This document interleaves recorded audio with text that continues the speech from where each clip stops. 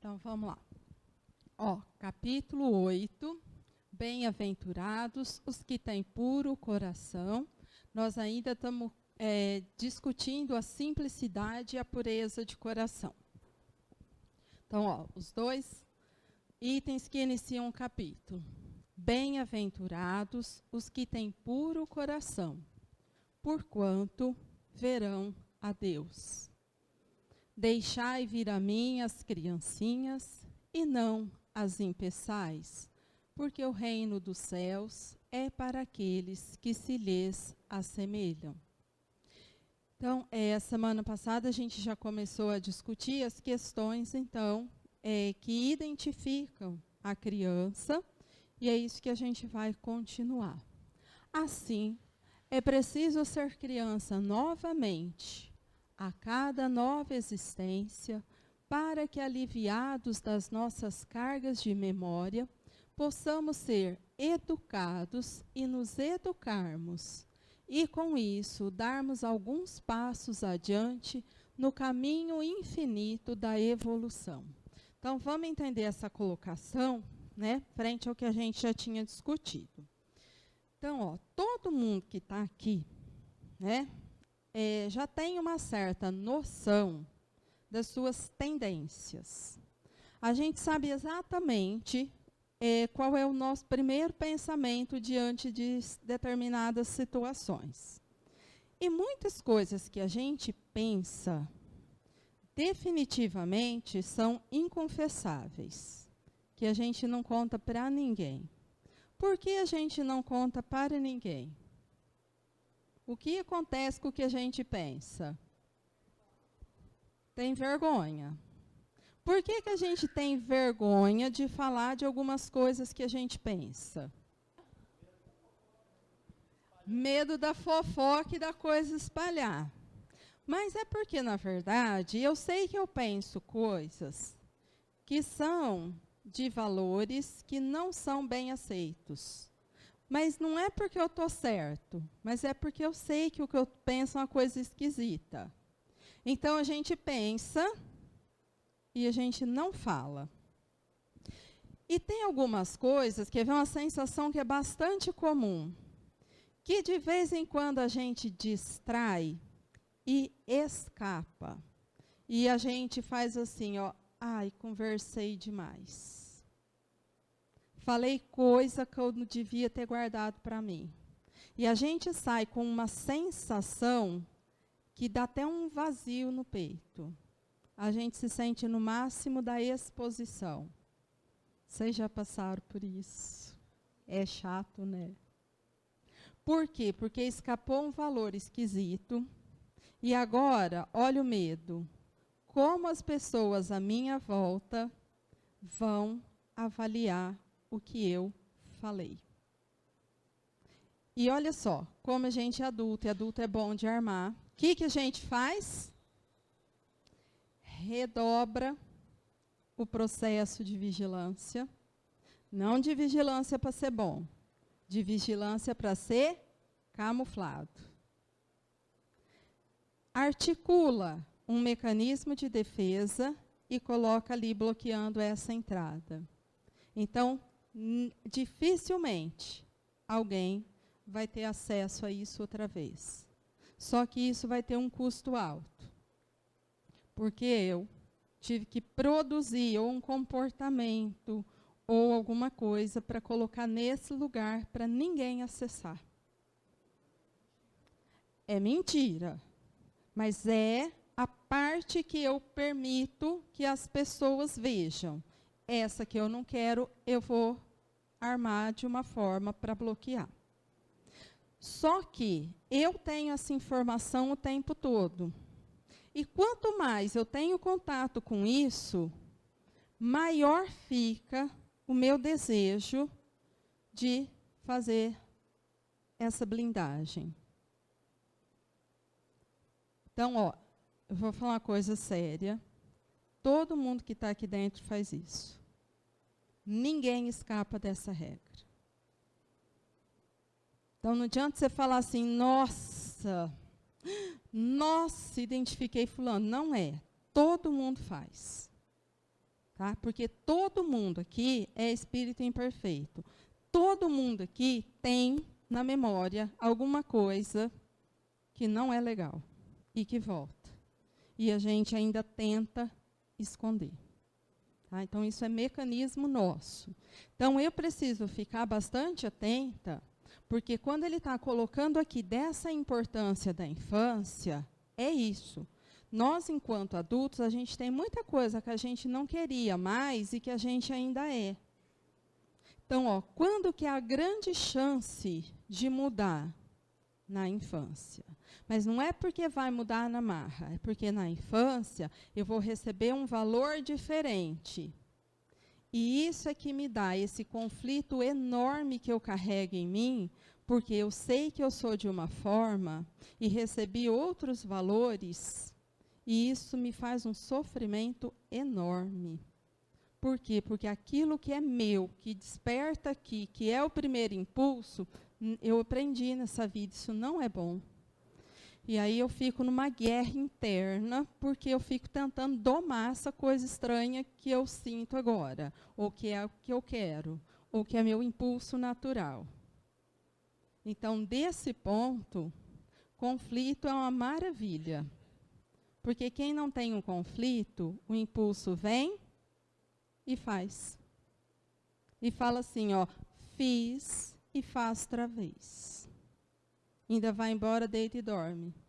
E a gente olha e faz assim, como que a pessoa consegue fazer isso? Porque na infância ela não ganhou nenhum valor diferente que esse. Então, ela não vai ter o conflito. Quem vai ter conflito? Quem já tem a guerra interna. Eu sei o que eu tenho, mas eu já aprendi que o que eu tenho não é o bem. E o pior, que agora eu cresci, raciocinei, avaliei e me convenci, realmente o que eu sinto não é o bem. Por isso que o conflito me perturba, porque eu sei que não é o bem, nem eu mesma aprovo. Por isso que é doído. Então, essa é a importância quando ela fala aqui, ó, porque essa carga de memória que me pertence, misericordiosamente, eu preciso de uma chance para transformar. Como Deus fez? Eu esqueço disso totalmente na minha infância. Eu tenho contato nenhum com isso. Isso fica quieto. Isso volta só quando eu vou ficando maior, com força na adolescência, que é a idade do conflito, que nada é bom, porque misericordiosamente eu vim para o lugar que dá contraste com todas essas tendências. Então eu não queria ter essa mãe, eu queria aquela lá, que é legal, aquela que deixa tudo, mas a minha é aquela que me limita, não acho bom. Isso me dá conflito. Nossa, eu vim parar numa cidade pequena, que todo mundo me conhece, eu gostava quando eu ficava lá na grande, que eu ficava livre. Agora aqui, todo mundo fiscaliza, não acho bom. Então, isso fica borbulhando o tempo todo. O problema não é a cidade, o problema não é a mãe. O problema é a força que eu acho que eu tenho que fazer agora para esconder o que eu sei que tem dentro de mim. E a tarefa vai ficando cada dia mais intensa e cada dia mais complicada. E aí não é simples, é demasiadamente cansativo lidar com isso. Então eu começo a reclamar de todas as coisas que estão à minha volta. Por quê? Porque agora eu estou em conflito dos meus valores e daquilo que eu recebi. Só que quando tudo isso começou? Na infância. Foi ali, com esses valores novos, que uma nova modelagem acontecia. Só que a criança, por tudo aquilo que a gente viu semana passada, pela ingenuidade, pela simplicidade, ela recebe aqueles valores com naturalidade e aceita. E ela agrega para ela o valor da família. E ela toca aquilo tranquilamente. Então, até o 3º ano, ela não tem uma queixa. Até o 6º, 7º, ela vai. Daí em diante, quando a memória dela começa a acordar e ela lembra exatamente o que é dela e o que é da família, aí começa o desafio da vida. Por quê? Porque fica extremamente difícil, porque ela sabe que é uma luta daí em diante. E aí, então, né, para a gente melhorar isso e poder entender, nós vamos melhorar um pouco o que a gente chama de memória. Porque quando a gente fala memória, a maioria de nós está muito acostumado em trabalhar com memória, mas a memória que a gente tem. Eu decorei tantas coisas, eu tenho capacidade para guardar tal coisa, a minha memória fotográfica é muito melhor que a minha memória auditiva. Isso tudo é função cognitiva cerebral, não é dessa memória que eu estou falando, embora isso seja o órgão que faz expressão do que a gente está conversando. Mas se eu sofrer um acidente e sofrer uma grande lesão no meu cérebro, a memória cognitiva pode parar. E eu vou ter memória. Mas o espírito não perde memória. Então, a memória que a gente está conversando é memória espiritual. É aquela que é minha para sempre. Que não tem nada que me faça perdê-la. É dessa que a gente fala. Então, por isso que é importante a nossa atenção, porque a gente está falando agora de uma possibilidade que é do espírito e que faz parte da construção de cada um de nós. Então, vamos lá. As menores particularidades da nossa vida registram-se em nós e deixam traços indeléveis. Traços indeléveis são traços que não podem se apagar. Mas vê que o Leon Denis, ele usa uma precisão. Ele fala assim, as menores particularidades da nossa vida. Ou seja, enquanto espírito, o que é que eu gravo? Absolutamente tudo. Então, a gente habituou a falar assim, não sei, nem prestei atenção. Nossa, nem lembro. Então, porque cognitivamente eu consigo distrair de propósito. Eu não quero lembrar, eu mudo o foco e tento não fazer um registro. Mas eu comecei falando que nós somos hábeis em criar mecanismos para nos defender. Aquilo que eu não quero, eu arrumo uma desculpa. Ou um mecanismo de defesa. Só que, em se tratando de espírito, eu não dou conta de fazer isso, eu não tenho essa capacidade. Então, só pensei, pensou, criou, gravou, é indelével. Agora é teu. Nossa, mas eu não fiz nada. Tudo bem. O que te levou a não fazer nada? A decisão que eu tomei. Pensou? Pensei. Pensou, criou, é teu, gravou, não apaga mais. E vai ser assim o tempo todo. Então, aquela impressão que a gente tem, que dava para distrair, que dava para esquecer, só serve enquanto eu estou aqui encarnado. Porque a hora que a conversa não for mais o que essa memória administra, tudo que eu fiz é meu. E é com essa intensidade que a gente tem que trabalhar. Então, por que eu estou insistindo? Porque isso é um tema que tem ficado muito sério. Porque quando a gente não sabia disso, a gente tentava dar um baile na memória, distraindo. Então, olha, o que é clássico de gente fazer com uma pessoa em sofrimento? O que a gente fala para ela? Calma, vai passar, não liga não, faz uma viagem para você melhorar.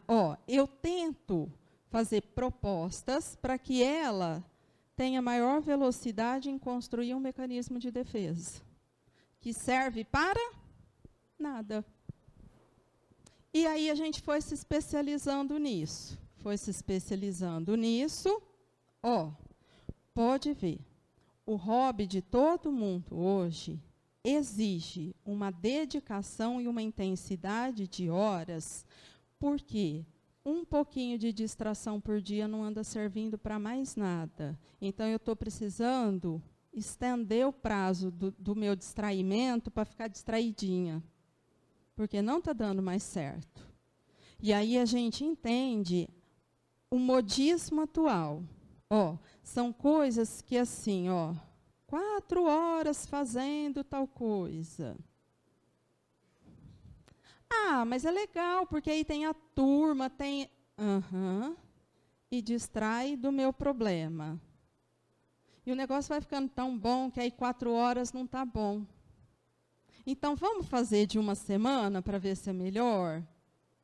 E o pior que a pessoa vai, aí tem uma hora que ela fala assim, não, então agora é a volta ao mundo, porque a hora que volta em casa dá agonia.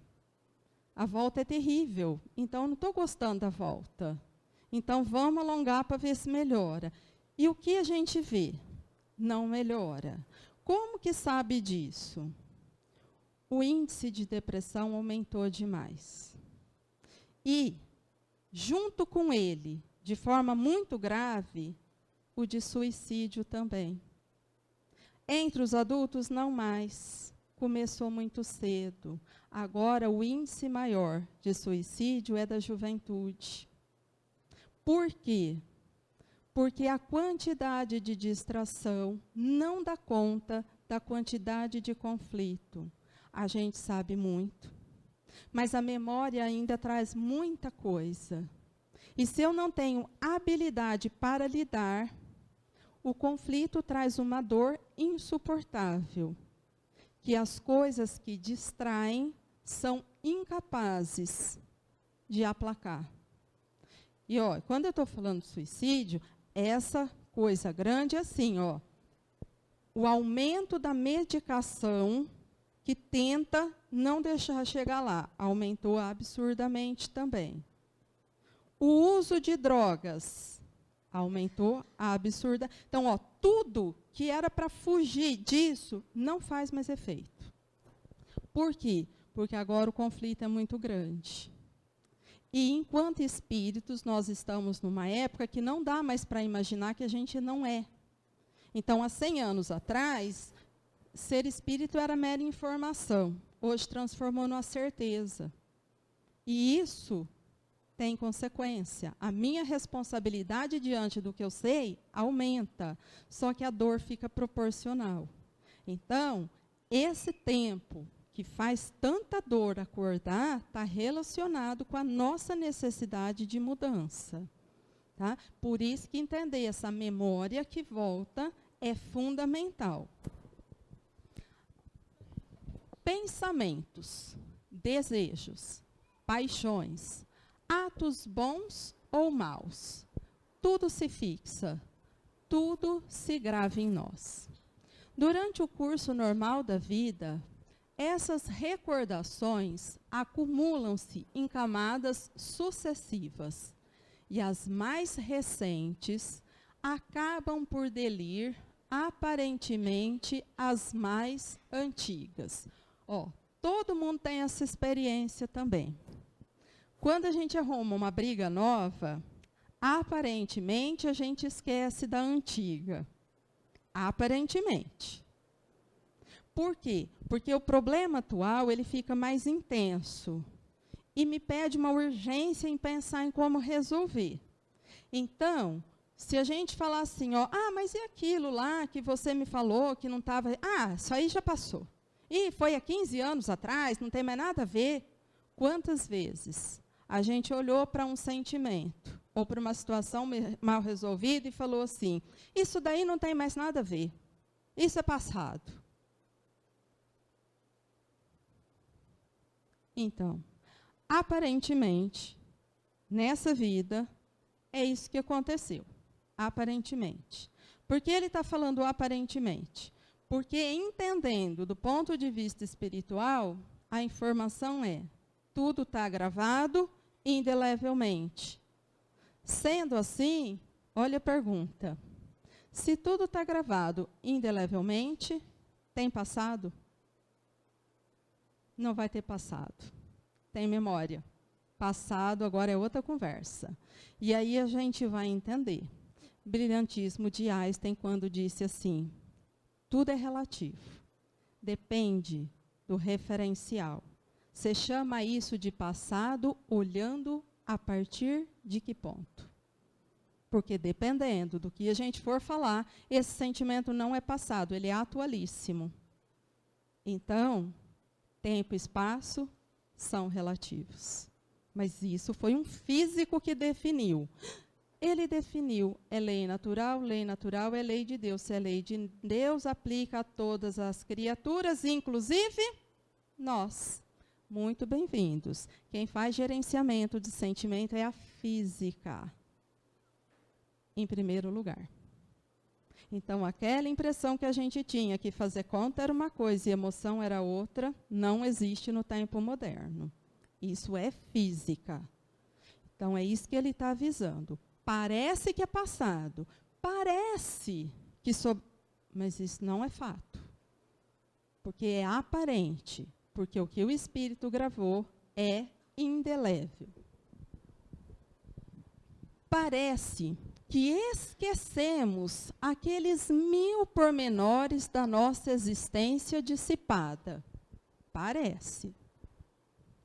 Cada estado mental está associado a um estado fisiológico.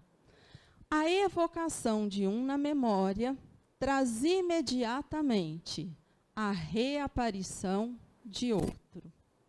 Ó, como agora ficou mais intenso ainda. Eu posso não ter uma clareza, porque eu usei um mecanismo de defesa e distraí, mas está gravado.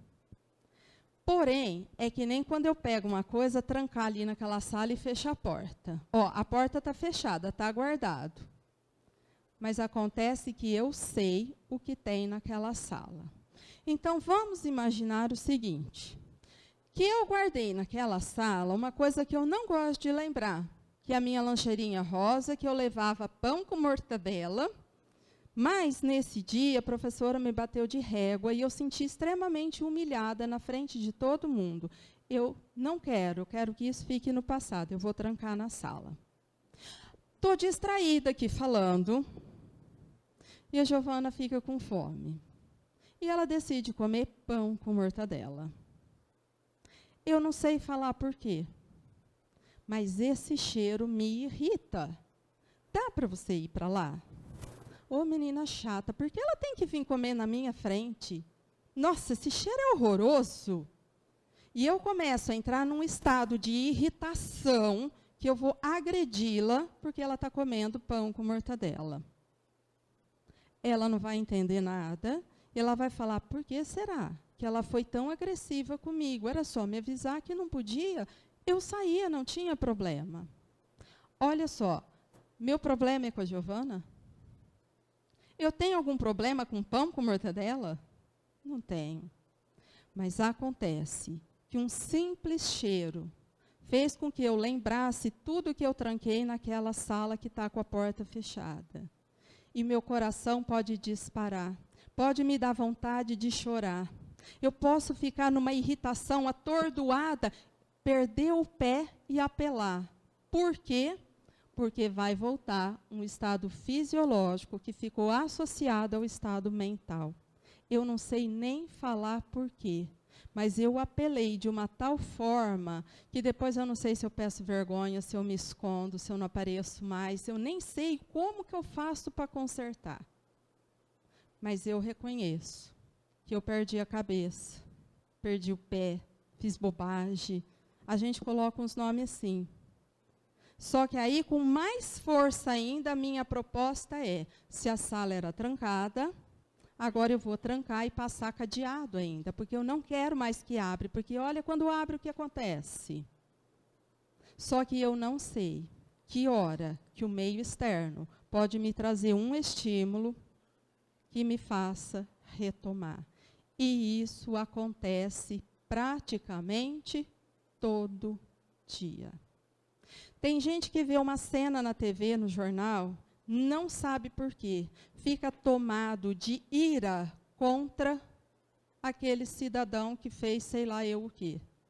Eu não sei quem que é o cidadão, eu não sei quem que é o que ele fez sei lá eu o quê, eu não sei o que se passou entre eles, mas aquela cena acorda alguma coisa em mim que dá um estado quase de loucura. Tem gente que chega a ficar sem dormir por isso. Tamanho ódio que se apodera. Você pergunta assim para ela, mas você já passou por isso? Eu não, graças a Deus, porque se fosse na minha família... Mas por que você está desse jeito? Porque eu odeio gente assim. Mas é gente assim como? A pessoa não tem uma explicação lógica. Ela só sabe que ela ficou num estado de perturbação, mas ela não sabe falar.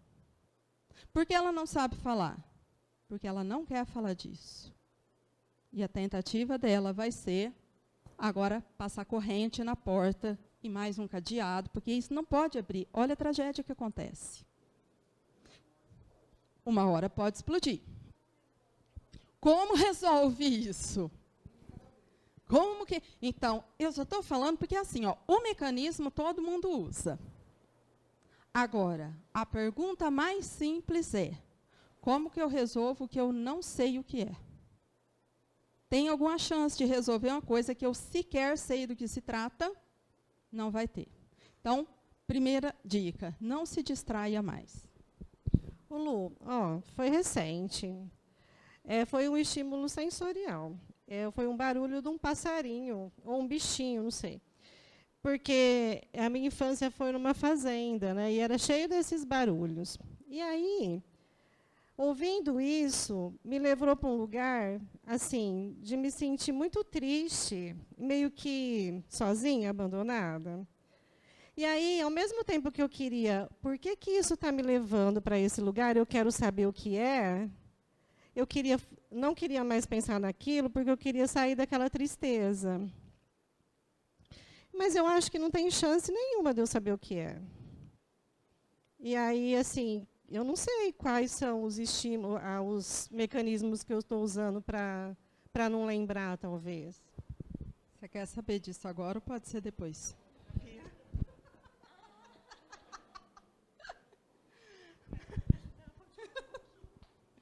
Tem muita chance de saber o que é isso.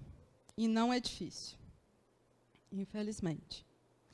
Principalmente porque você já tem a clareza do sentimento. Entendeu? Então, isso não está difícil. Porque, na verdade, você já destrancou. Tua sala já não tem nem corrente, nem cadeado. Abrir essa porta agora está relativamente tranquilo. Normalmente, para perder a razão, tem que ser com emoções desarmoniosas. Então, às vezes, a gente acha que a alegria é uma coisa sempre boa, mas, às vezes, a gente faz muita bobagem quando está alegre. Né? E aí, a gente aprende o seguinte, eu não posso empolgar muito, não, que eu perco o pé. Melhor calmar. Então, isso grava mesmo, porque quando é uma coisa racional, que eu pensei, que eu elaborei, é mais difícil eu usar tudo isso. Porque se eu já pensei, já elaborei, eu organizei, então eu já entendi. Então, normalmente, eu vou fazer isso com o que eu não dei conta e que vai trazer, junto com a tristeza, o medo. Por quê? Porque eu não lembro exatamente que tamanho, que é o que eu guardei. Então, assim, muitas coisas juntas, guardado. Então, vamos lá. A evocação de uma memória traz imediatamente a reaparição de outro. Então, cheiro, lugar, estação do ano, música, semelhanças, né, de porte, gente, tem gente que tem um tom de voz que a gente faz assim, ai, meu Deus, não vai dar certo. Porque eu não sei explicar, mas aquele tom de voz vai trazendo um incômodo, e a gente vai encolhendo, uma hora você fala assim, agora ou eu saio ou eu brigo. Eu preciso definir o que eu vou fazer. Só que eu sei que não tem lógica, porque não é a pessoa. Mas aquele tom de voz vai me pondo num estado que me estressa. E isso acontece todo dia, praticamente. O perispírito guarda em si todas as impressões de outrora. É ele que fornece à alma a soma total dos seus estados conscientes, mesmo depois da destruição total da memória cerebral. Os espíritos conservam no espaço as menores recordações da sua existência terrestre. Do que eu vou esquecer mesmo? De nada. Porque, olha só, agora ele diferenciou, ó, memória cerebral, ela tem essa função. É o órgão que me permite expressar aquilo que eu tenho guardado. Mas quando eu não preciso mais do meu corpo físico, a memória não era ali que guardava, não. Onde que guarda a memória que ele falou? Perispírito. É aí que eu guardo. Esse registro automático parece efetuar-se em forma de agrupamento ou zonas dentro de nós. Zonas que correspondem a outros tantos períodos da nossa vida, de maneira que, se à vontade, por meio da autossugestão ou sugestão estranha ou externa, o nome que quiserem, faz reviver uma lembrança pertencente a um período qualquer do nosso passado, todos os fatos de consciência que têm conexão com esse mesmo período desenrolam-se imediatamente numa concatenação metódica. Isso é Leon Denis. Eu vou tentar melhorar um pouquinho o que ele falou. Está tudo bem até aqui que, como espírito, nossa memória é o perispírito. Ó, porque lembra, como é que eu construo o meu perispírito? Pensando. Mas tudo que eu penso, eu construo. Se eu construir, é meu. Se é meu, está guardado nele. Essa é a minha memória. Isso é um mecanismo divino. Por que que Deus fez funcionar desse jeito, essa fisiologia? Eu não sei exatamente. Ó, aqui, sim. Grandes dores, a gente faz um bloqueio proposital. Propositalmente. Só que tem que ser grande, muito grande. Porém, eu sou inteligente.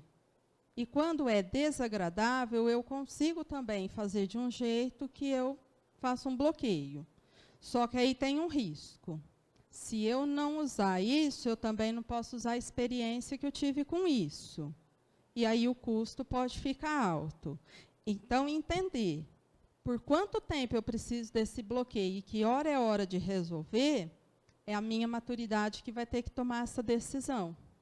Porque muitas vezes eu estou me escondendo de resolver uma coisa que a minha maturidade dá e sobra agora para resolver. Mas como eu não quero, isso fica me deixando aflita por muito tempo. Então, eu vou ter que tomar a decisão. Pega um canetão para mim, fazendo favor. Tem numa sacolinha. Ó, então, quando ele fez essa colocação, ele está falando aqui da organização da memória, que é o que a gente vai tentar entender um pouquinho melhor, porque aí vai fazer muito sentido muitas coisas que a gente enfrenta na nossa vida. Então, olha só. Quando ele fala o seguinte, ó, registro automático. O que é um registro automático? Fez, gravou. Então, não vai ter aquilo assim, isso eu não quero. Não, ó, fez, gravou. Então, não tem isso de eu falar isso eu não quero. Não vai ter jeito. Como ele entendeu que isso funciona? Por agrupamento. Um agrupamento onde? No nosso funcionamento. Então, é como se formasse grupos que vão definir a organização da memória. Ó, só que essas zonas aqui, elas correspondem a tantos outros períodos da nossa vida. Ou seja, agora vai cair a nossa ideia de tempo relacionada à memória. Porque, vamos pensar no seguinte tema. Perder alguém que eu gosto. Isso grava. Só que isso grava com determinado sentimento. Quantas vezes eu já devo ter passado por isso? Vixe! Porque, não adianta eu pensar que eu estou falando de uma vida só. Então, eu tenho muita informação. Mas muita informação. O que vai acontecer é o seguinte, de cada região dessa aqui, não são todas que vieram para ser trabalhada nessa vida. Então, pode ser que esse tema aqui nessa vida ele vai ficar quietinho, eu tenho contato nada com ele. Sabe por quê? Porque Deus é bom. Ele sabe que eu não dou conta de resolver o assunto desse aqui, então esse vai quieto. Esse tema aqui, ele fala, não tem condição ainda, então, isso nós vamos deixar de forma latente, quiescente, vai ficar quietinho na memória, não vai ter contato. Mas isso aqui, já tem conhecimento, maturidade, condição para resolver. Então, esse vem pulsante. E aí, toda vez que a gente tem contato com qualquer coisa que lembra perda, vem uma avalanche de emoção que quase sufoca. E às vezes a gente que está de fora faz assim, Jesus está fazendo isso por causa do gatinho. O dia que perder alguém, o que vai ser? Porque eu não estou entendendo que não é um gatinho, é um estímulo de memória que acordou a zona inteira. E aí volta. E se as coisas aqui gravadas são muito intensas ou muito doloridas, o sofrimento vai ser o mesmo. Então, a pessoa não sabe diferenciar. Eu lembro uma vez que uma mocinha veio que eu converso muito com os meninos aqui da mocidade. E ela veio assim, a sensação que eu tinha que devia ter acontecido uma coisa muito grave. Porque ela não conseguia se controlar, assim, o choro, ela falava de morrer, eu falava, gente, eu ficava pensando que... Aí, a hora que a gente conseguiu conversar e acalmar, ela falou assim, o meu namorado largou de mim. Eu não sabia se eu perguntava se a festa era no mesmo dia, no dia depois, mas eu falei, não, vamos respeitar a menina. E você namorava ele fazia quanto tempo? 3 meses. Eu falei, tem alguma coisa errada acontecendo. Gente, em sã consciência, quem vocês já viram sofrer de quase querer morrer por uma relação de 3 meses? Então, pergunta clássica. O choro é por causa do namorado? De jeito nenhum. Mas não tinha a menor chance. Aí, falei, vamos esperar. Fomos perguntando. Ela tinha perdido a avó de uma maneira muito traumática para ela. E isso tinha só poucos anos. E ela não tinha recuperado. Só que ela não falava mais daquilo. Ela guardou. Então, quando ela de novo precisou ouvir o tema separação e rápido, ela abriu a comporta. Então, assim, a dor era isso. O estímulo era um cisco. E aí a gente conseguiu, de alguma forma, ir auxiliando e voltar no assunto, que era o assunto sério da vida dela, que ela não dava conta de aceitar o que tinha acontecido com a avó. Então, depois que a gente foi falando, assim, 10 dias depois, ela nem falava mais do moço. Era nada aquilo mesmo. E, de verdade, do jeito que ela falou, parecia que o menino era... Gente, o menino só foi honesto. Ele falou a verdade, eu não quero mais. Olha que jeito mais bonitinho de sair de uma relação. Né? Hoje, essa moçada não anda dando conta de fazer isso. Eles saem de cada jeito esquisito. E o menininho foi honesto. Então, assim, com ele, problema nenhum. E tudo bem, isso faz parte da vida. Agora, entender que na minha memória existe alguma coisa que precisa ser compreendida, trabalhada, modificada. Por quê? Porque senão qualquer estímulo faz uma avalanche, faz a inundação e eu me sufoco. Muitas vezes chegando num estado de total perturbação. E o estímulo tem culpa? Não, o estímulo não tem culpa, não aconteceu nada aqui. Aqui está tudo certo. Mas é o tema que pode ter acordado. E olha só, já sabendo da nossa imaturidade e grande dificuldade, o desejo de correr de tudo, vocês conhecem histórias que o estímulo repete a vida inteira? E acontece. Aconteceu de novo. Aconteceu outra vez. E às vezes a pessoa fala assim, mas eu não tenho sorte mesmo. E nem acabei de sofrer aquilo agora, olha. Então, porque o que eu não entendi, que eu trouxe um tema que precisa ser modificado. Porque quando eu me vi como espírito, eu entendi, eu já tenho maturidade para resolver. Como Deus é bom e não desiste de ninguém, o estímulo vai acontecer. Vai abrindo a comporta até eu dar conta.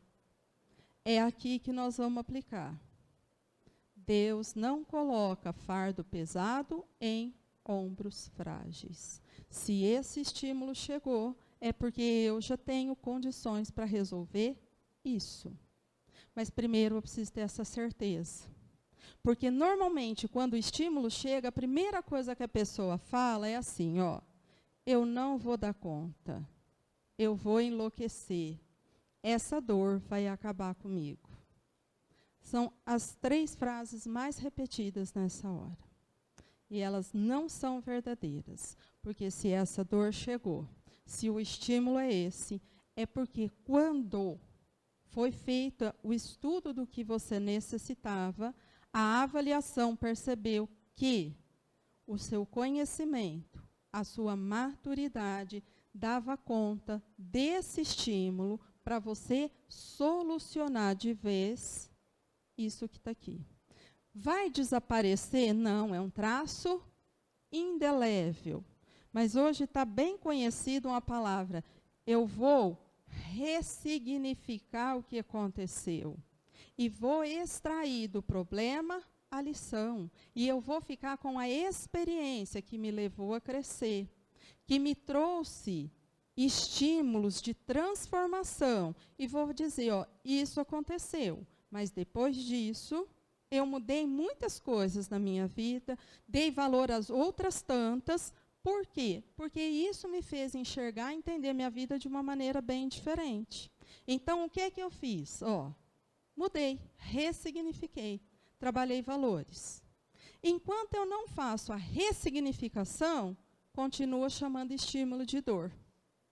Depois, não mais será estímulo de dor, porque agora, ó, eu já reorganizei. Então, agora, isso é uma conquista e vira crescimento. E isso não é só aqui, né? Se a gente pega as teorias novas aí, tem se trabalhado muito com a ressignificação e o quanto isso é importante em todos os eventos da vida. Porque senão eu fico refém daquilo que eu trago. E ninguém está aqui para ser refém, nós estamos aqui para ser livres, mas eu preciso ampliar valores para conseguir essa conquista. Então, essa compreensão é fundamental. E quando você não tem nessa vida esse estímulo, não aconteceu, mas você passa a vida toda com medo que aconteça? Se você está com medo, precisa ver do que você tem medo. Porque, às vezes, você está fazendo uma fantasia que o estímulo é uma coisa, quando, na verdade, o estímulo é outro que já está na sua vida faz muito tempo. Né? Porque se a gente não tiver esses incômodos, a gente não transforma. Então, vai ter que acontecer algumas coisas. E estou falando sério. Para alguns de nós, o estímulo é a própria cidade que mora. Tem gente que fala todo dia, eu detesto aqui. Eu detesto isso daqui. Por que a pessoa não... Esse é o estímulo da vida dela. Incomoda, mas ela ainda não conseguiu parar e perguntar, o que é que me incomoda aqui? Por que eu reclamo? Então, porque eu não quero muito esse contato, porque eu vou ter que cavucar muito. Tem um livro, como a gente estava falando de criança, que ele chama Nossos Filhos São Espíritos. E lá tem uma narrativa que conta o seguinte. Quando chegou na hora de ir para a escola, o menininho ele não conseguia colocar sapato. Quando a mãe tentava colocar o sapato, o menino tinha uma crise de choro, ele começava a gritar, espernear. E aí, olha o perigo, né? Pensa, esse livro já tem um tempo. Como que era a recomendação mesmo para a criança que faz isso? O que a gente fala para a mãe fazer? Vocês estão pensando, vocês estão com vergonha de falar, eu entendi. Dá uns tapa que você vai ver como que põe. E aí, foi ficando muito grave. E ele não conseguia, e a mãe não conseguia. Então, foram fazer lá um tratamento. E quando eles receberam a orientação era mais ou menos assim. Que o espírito, ora reencarnado, como aquela criança, aquele menininho, numa cidade tão calma e pacata, tinha vindo de uma região de guerra. E a morte anterior foi quando ele pisou na mina, a mina explodiu. E ele guardou. Então, o que ele sentia na hora que a mãe dele grudava no pé para começar a amarrar? O mesmo desespero presente. Então, ele entrava numa crise e perdia o controle. Gente, imagina se a mãe bate. Olha como ela ia colaborar com a melhora da criança. Então, olha só. Imagina, o que vocês acham que ela vai precisar fazer para auxiliar essa criança, para ele superar? O que vai resolver essa história agora? Então, olha só. A cidade era pequena, o lugar pacato, porque o que ele precisava agora? De segurança. De um lugar que não tivesse nada para ele que lembrasse guerra. E, quantas vezes a gente conhece a criança que, a hora que ela escuta o rojão, ela faz assim, estado fisiológico, dá falta de ar na criança, a criança começa a acelerar, você põe a mão, parece que o coraçãozinho vai explodir. Aí os adultos amorosos e generosos começam a dar risada dela. Ela tem medo de rojão. Gente, pelo amor, menos, né? Entenderam a gravidade? Lógico que ninguém faz isso por mal. Mas isso é importante a gente entender. O mal é fruto da nossa ignorância. Nesse caso com a criança e em todos os outros casos. Porque quando o pai e a mãe riam da criança que tem medo de rojão e às vezes expõe a criança, cata para o bracinho e fala, lá, seu amiguinho vai, por que você... Porque o amiguinho não morreu na guerra. Só por isso. Entendeu? Então, assim, exposição, ser ridicularizado não vai ajudar em nada nessa hora. Ele vai ter que perder o medo, mas não é assim que perde medo. Desse medo aí que não é de agora, como que agora na vida adulta, como é que eu trato? Já é difícil tratar uma coisa dessa vida, um trauma de infância, por exemplo. Como que eu trato, por exemplo, um medo, que não sei do que é, um medo de alguma coisa específica, de algo lá do passado? Entendi. De novo, nós vamos aprender a fazer conta da misericórdia divina. No Evangelho, ele fala assim, que quando a gente fizer uma coisa errada, ele vai nos entregar para o juiz. O juiz vai entregar para o outro. E vai aumentando lá a instância, até que ele fala assim, e aí você vai ser preso. e dali você não vai sair, até que você pague o último ceitil. Mas aí ele vai desenvolvendo o tema e fala assim, mas Deus é como um senhor, que você tendo com ele uma dívida de 1.000, ele fala assim, não, tendo uma dívida de 100, ele fala assim, se me pagares ainda hoje a 100ª parte da tua dívida, eu dou a dívida por quitada.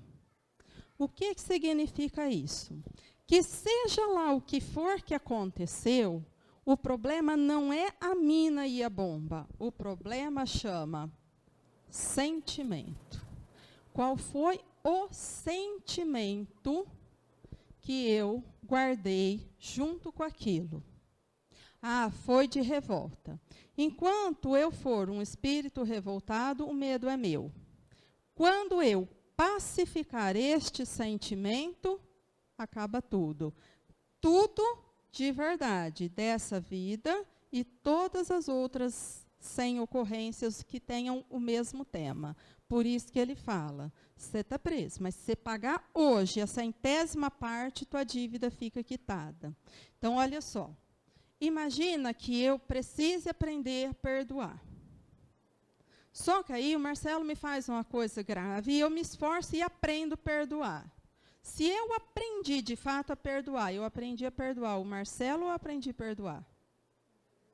Aprendi a perdoar. A partir de agora, eu não tenho mais problema com quem me ofende, porque eu aprendi a perdoar. Só que, eu fiz uma lição de verdade. Fiz, aprendi. O resto é só para fortalecer, mas eu não tenho mais esse problema, porque agora eu já sei. Resolvida. É assim, isso chama misericórdia.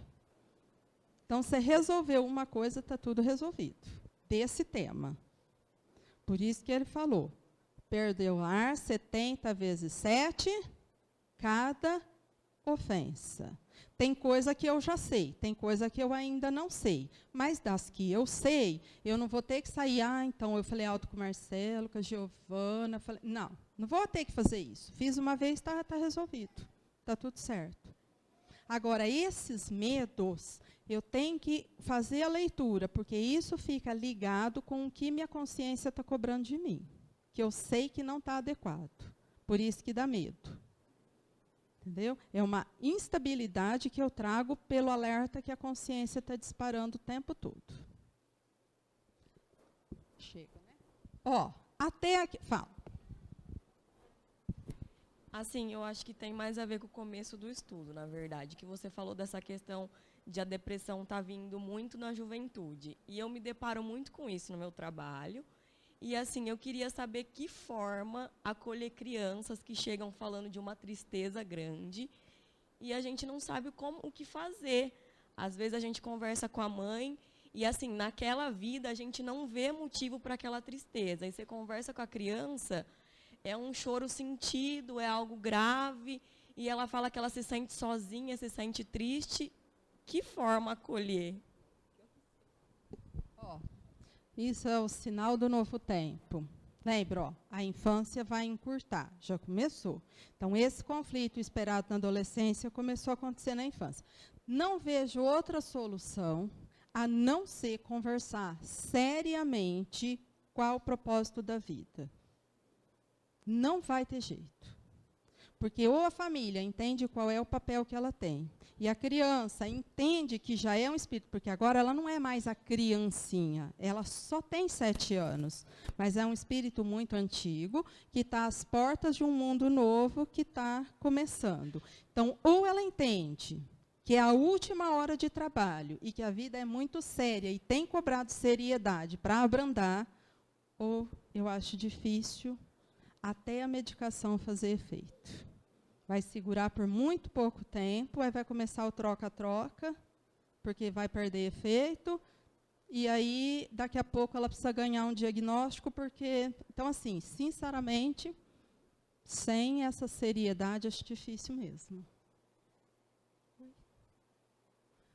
Tudo bem até aqui? Não, entendi. Mas, assim, deu pelo menos para a gente entender a organização disso?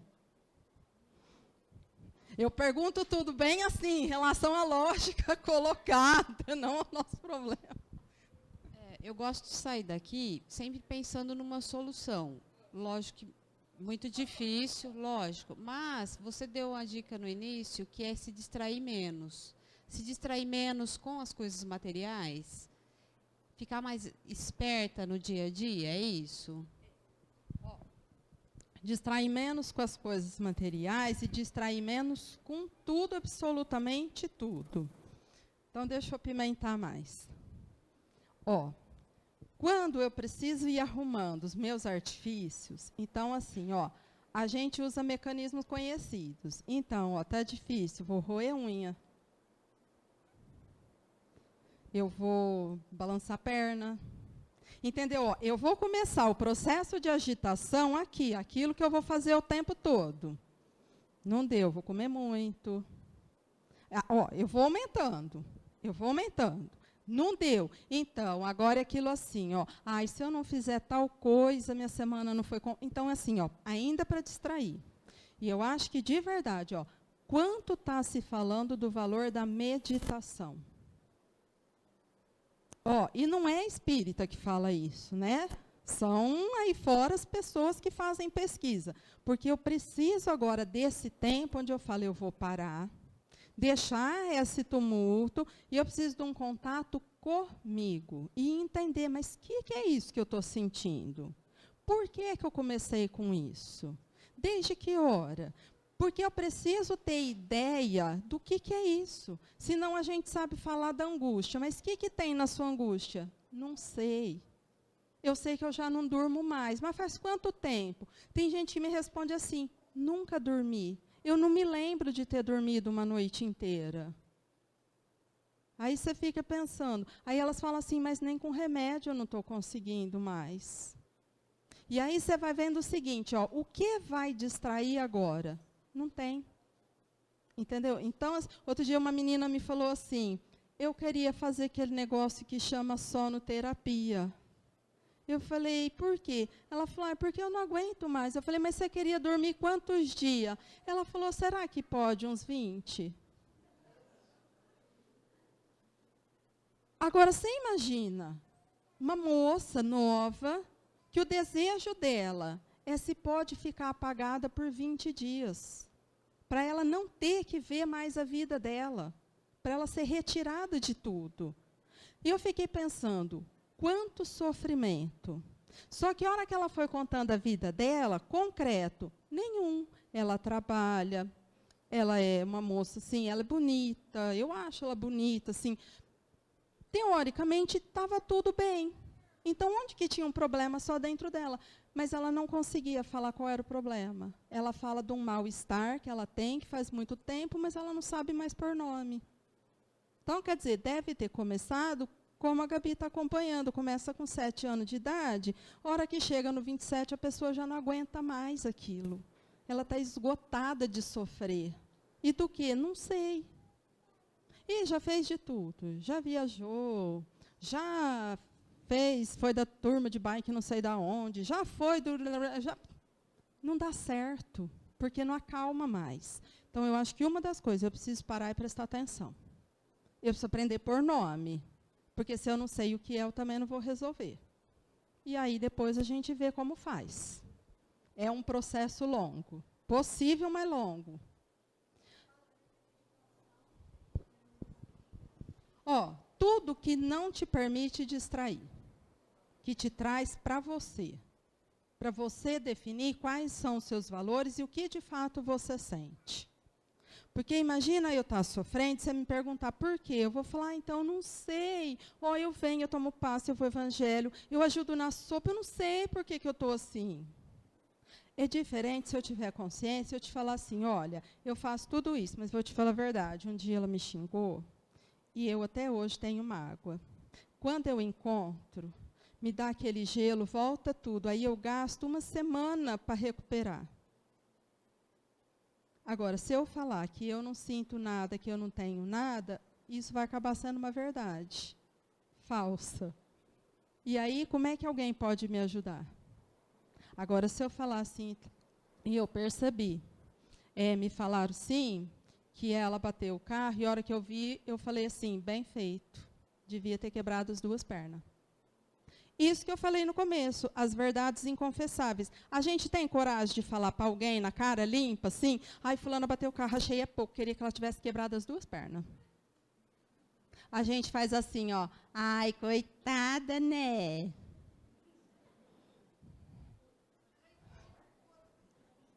Ah, pode. Não, é que eu ia falar que eu acho que o pior é que nem a gente confessa pra gente mesmo o que a gente gostaria, entendeu? A gente fala, ai, nossa, jura, bateu o carro. Mas lá dentro, né, a gente não deixa vir, mas a gente, né, tem uma coisa, né, de um prazerzinho, mas não assume aquilo pra gente. Então, é um contato que muitas vezes a gente vai decepcionar com a gente. Mas é o primeiro passo para a gente começar a resolver. Ó, semana que vem a gente tem mais umas coisinhas da memória, então se ficar alguma dúvida, semana que vem a gente retoma.